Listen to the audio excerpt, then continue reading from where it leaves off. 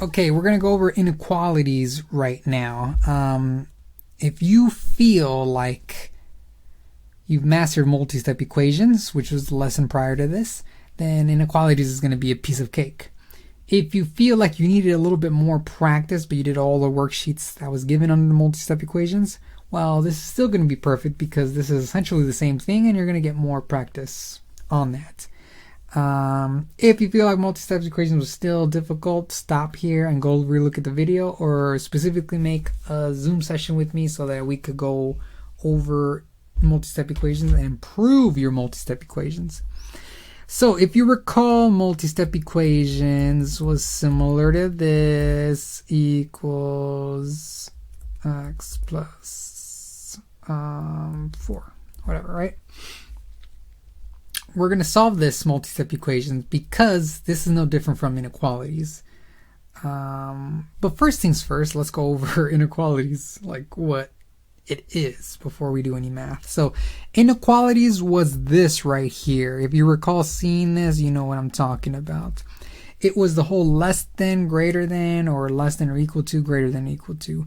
These are symbols to represent exactly what it says, less than or greater than. If it has the line underneath, it means equal to. What does that even mean? It just means this. Before, when we were dealing with equations, we were ending off with answers like this: x equals 2. X equals 2. What is x? 2 and nothing else. To make the equation true, x has to equal 2. When we substitute this symbol with inequalities, it means what the inequality means. X is greater than 2, right? The greater than, I was taught this technique before, the greater than or less than, that whole, they taught you the alligator eats always the bigger number, and that's what's greater, right? But I was taught this trick. If you put a dot on each corner of your inequality sign, that tells you what side is greater or less, right? In this case, if you put a 3 here and an x there, the way you say this is 3 is less than, because it has the 1 dot x, because x obviously has the 2 dots, right? So that's how you say these statements. If you put a number or letter on each side, that's how you say it: less than, greater than, right? So in this case, x is greater than 2, right? If it was the opposite, how would you say this statement? X is less than 2, because it has the 1 dot, right? But what does this essentially mean? You now know the names of the inequality signs. You now have memorized, you should be able from this point forward memorize the directioning of it.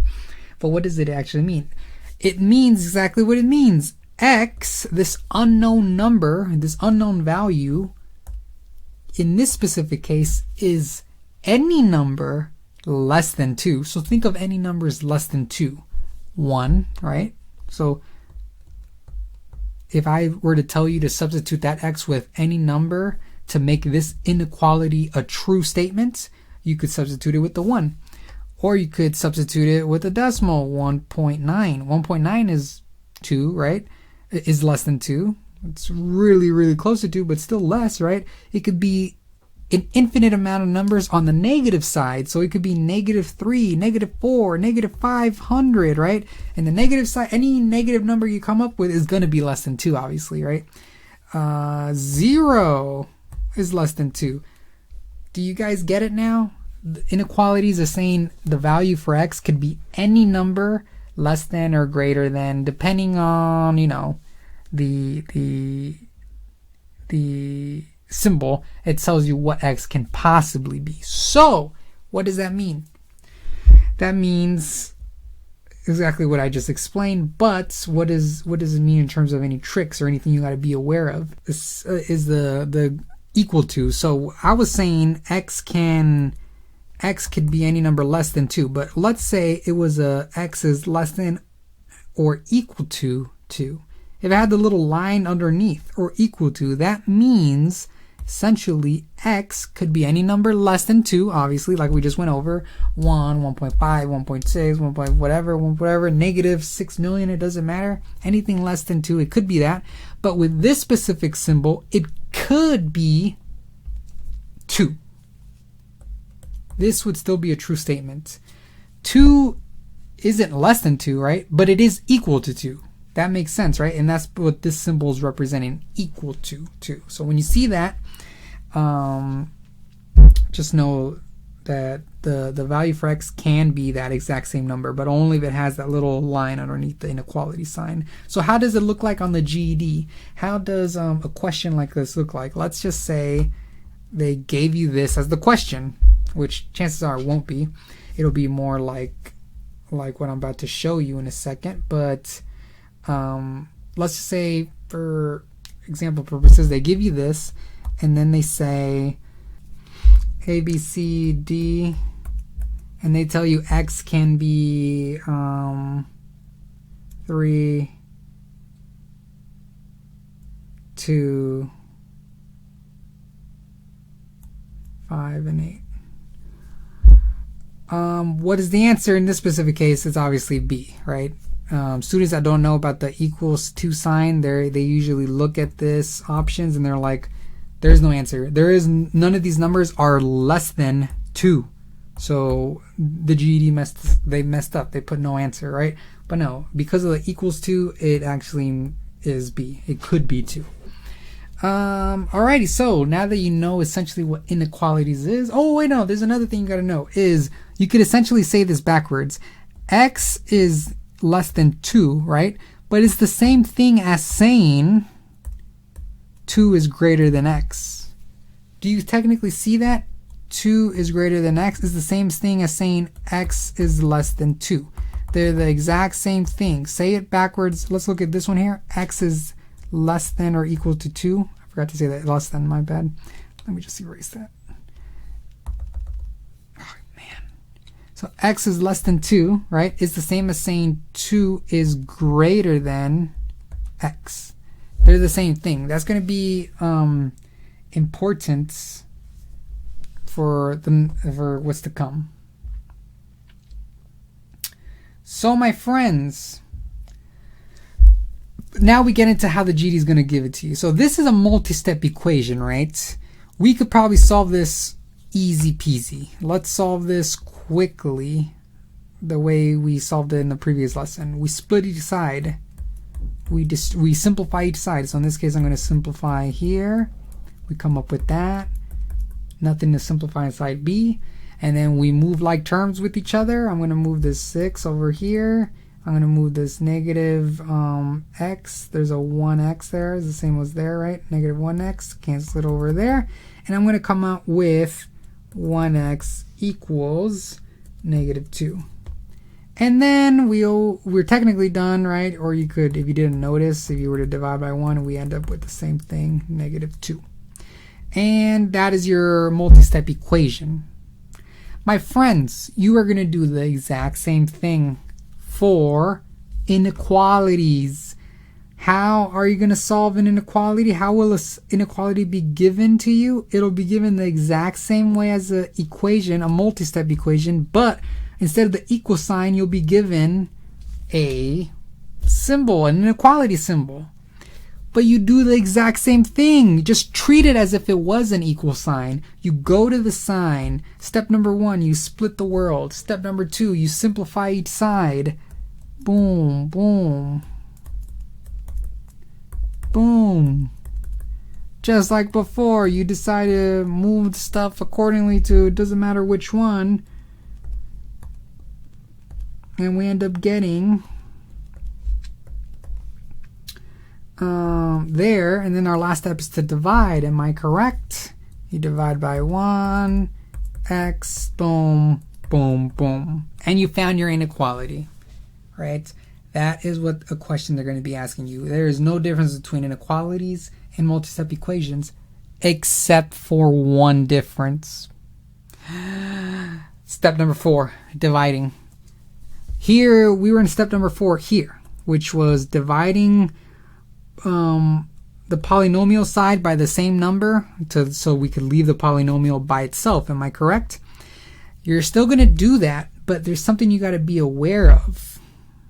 Let's look at this example right here. Okay, so we look at this example and we treat it like we do with a multi-step equation. We split the worlds. Let's say we decide to move the -4 to that side and then the -3x to this side, right? What do we end up getting? 1x minus 3x gives me my -2x greater than or equal to, and then when I move the 4 over there, I ended up getting +8 minus 4, which gives me my 4. And then we go to divide, right? Just like before, everything's normal. The thing is, if you ever get to stage 4 and you go to divide the polynomial side, and you go to divide by the same number, but when you go to divide, that same number happens to be a negative, so you're essentially dividing by a negative. If you ever divide by a negative, x4 divided by -2 ends up becoming a -2, right? That original inequality sign that you ended up getting flips. So now it's like that. It flips, but only when you divide by a negative number, okay? I don't care if the answer comes out negative. I don't care if the original number on that side was a positive or negative. I don't care about that. I just care that when I go to divide the polynomial by the same number to cancel out that number, if that number happens to be negative, that I'm throwing over there happens to be a negative, when I divide by a negative, my symbol must flip. Okay? Why? Don't worry about it. Just know. Just know that's the one difference between inequalities and multi-step equations. So what's the difference between multi-step equations and inequalities? Nothing, except when you go divide in the polynomial on your last step and you divide by a negative, you must flip the inequality sign. So everything that we went over in the last lesson, multi-step equation, is the same here, except for that one caveat. All right, so there's just one more thing you need to know about inequalities, and that is this right here. I'm going to pull up the worksheet, one of the worksheets. One of the worksheets on Canvas is going to look like this, okay? What is all this number scales about?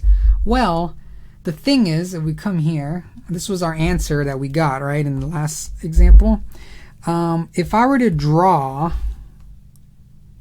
a number line like the same number lines from the worksheet, 0, 1, 2, 3, 4, 5, 1, 2, 3, 4, 5. This is how a number line looks. 1, 2, 3, 4, 5, -1, -2, -3, -4, -5, right? You must be prepared to graph inequalities, okay? How do we graph inequalities? It's actually really straightforward, my friends. Go to wherever the number is on the number line, right? So obviously they give us this original question. You must do the math to come up with a simplistic inequality. X is less than or greater than the number, or vice versa. A number is less than or greater than X, right? But whatever it is, you just want this right here, a number and a letter in each side of the inequality. Once you get that simplistic one, what you got to do is go to the number scale and plot a dot on your number. But now here's the thing. Remember our four symbols? These two have no lines underneath. These two do because they're equal to. Depending on your inequality sign, you're either going to use an open circle or a filled in circle when dotting your number. So my inequality was -2. -2 is right here, but it was using the inequality sign with the filled in circle. So I'm going to put a filled in circle there. Okay. Now that I got the filled in circle there, you got to tell me via an arrow, you got to tell me what direction do you want to point at on the number scale of possible numbers that X can be, right? So if you read the inequality, it says X is less than -2. So what are numbers less than -2? -3, -4, -5, -6. All the numbers to the left of -2 are less than -2, which is why you put an arrow like that. And that is how you graph inequalities. This part could be tricky, right? You'll have brain farts. You'll be like, wait a minute, the numbers are greater. -3, -4, the numbers are bigger than 2, but because it's negative, it's going the opposite way, which means it's less than. Think of money, right? You're going to confuse yourself, which is normal, but through practice, you're going to get the ability to graph. All right, so that is that. That is inequalities in a nutshell. Pretty straightforward. Make sure you submit the worksheets correctly. Go look at the how to submit worksheets if you're having trouble or if you're submitting blank documents. And yeah, see you on the next one.